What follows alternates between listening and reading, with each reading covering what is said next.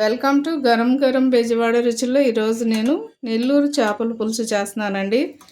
నెల్లూరు చేపల పులుసు ఒక సబ్స్క్రైబర్స్లో ఒకరు అడిగారండి నెల్లూరు చేపల పులుసు చేయమని. నేను వారి కోసం చేస్తున్నానండి ఈరోజు. చాలా హ్యాపీగా ఉంది నాకు. ఎందుకంటే నెల్లూరు చేపల పులుసు కూడా మాది విజయవాడ అయినప్పటికీ అత్తయ్య వాళ్ళది నెల్లూరేనండి. అందుకని నాకు ఆవిడ నెల్లూరు చేపల పులుసు అలాగే నెల్లూరు వంటకాలు అన్నీ కూడా నాకు నేర్పించారు.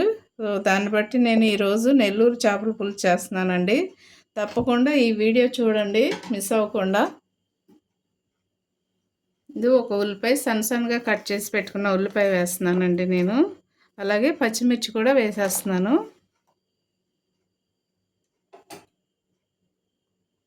కొంచెం కొత్తిమీర వేసేసుకోండి, కరివేపాకండి. అలాగే కొంచెం కారం కూడా వేస్తున్నాను. కారం తగినంత వేసుకోండి. ఇదైతే నేను పట్టిన కారం అండి, ఇంట్లోది మసాలా కారం.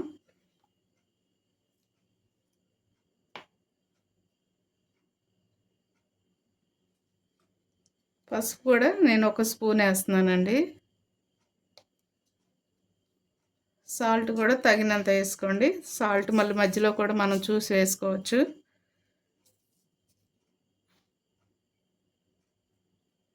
చూడండి, ఇంత చింతపండు సరిపోయిద్దండి. అవి 3/4 కేజీ ఉంటాయండి చేపలు. ఈ చింతపండు వేస్తున్నాను నేను. అలా మిక్సీ పట్టిన ఇది అల్లం వెల్లుల్లి టమాటా ఉల్లిపాయ గ్రేవీ కూడా నేను వేసేస్తున్నానండి.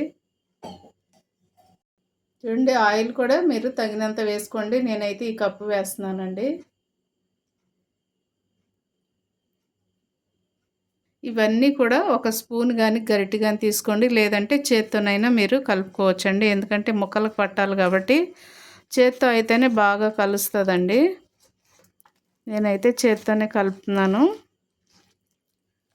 చూడండి, కొంచెం కొత్తిమీర వేసుకోండి. అన్నీ కూడా కారం ఉప్పు మసాలాలన్నీ కూడా మనం ఇప్పుడు పట్టించేసాం కదండి. ఒక 10 నిమిషాలు ఇలాగే ఉంచేద్దాము. చూడండి, చింతపండు పులుసు నేను ఇలా తీసి పోస్తున్నానండి. పులుపు ఒకసారి చూసుకోండి, చూసిన తర్వాత అప్పుడు పోసుకోండి. మొత్తం ఒకేసారి పోసారనుకోండి పులుపు ఎక్కువైపోయింది. అందుకని ఒకసారి పులుపు చూసుకుందాం, చూసుకుని అప్పుడు పోద్దామండి. మళ్ళీ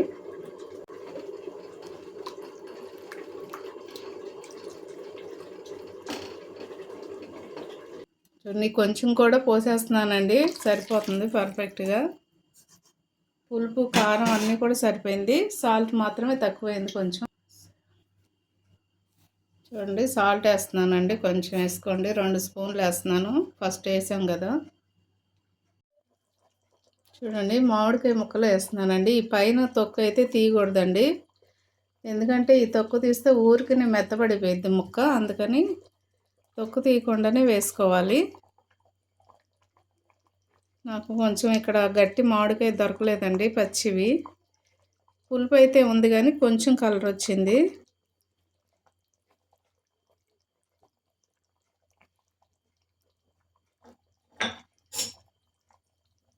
ఎందుకంటే చేపల కూర సగం ఉడికిన తర్వాత వేసుకుంటే ఈ ముక్కకి కూడా బాగుంటుందండి. లేకపోతే ఇది బాగా ఎక్కువ ఉడికిపోయి మెత్తగా అయిపోద్ది. అందుకని ఇలా వేసేసుకుని లోపల పెట్టేశారనుకోండి, చక్కగా పులుపు కారం ఉప్పు అన్నీ కూడా ఈ ముక్కకు పడతాయి. చేప ముక్క కంటే కూడా ఈ ముక్క టేస్ట్ బాగుంటుందండి తింటున్నప్పుడు. ఇలా పెట్టి మూత పెట్టేసేయండి, చక్కగా ఉడికిపోద్దండి. ఎందుకంటే నెల్లూరు చేపల పులుసుకి ముందు మామిడికాయ ఉండాలండి, పచ్చి మామిడికాయ. చక్కగా ముదురు మామిడికాయ అయితే చాలా బాగుంటుందండి. ఇంకా మరి ఇప్పుడే కొంచెం ధనియాల పొడి కూడా వేసేసుకోండి.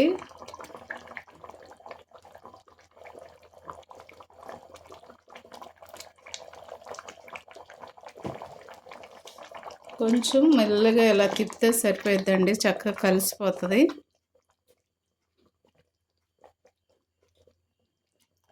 ఇప్పుడు మనం మూత పెట్టేసేస్తే చక్కగా ఉడికిపోద్ది.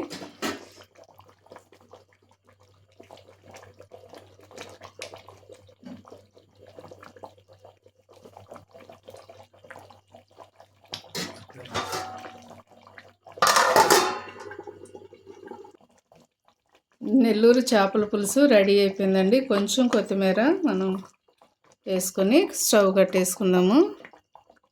సో మీరు కూడా తప్పకుండా ట్రై చేయండి. నెల్లూరు చేపల పులుసు ఇలా చేసుకుంటే చాలా టేస్ట్ బాగుంటుందండి.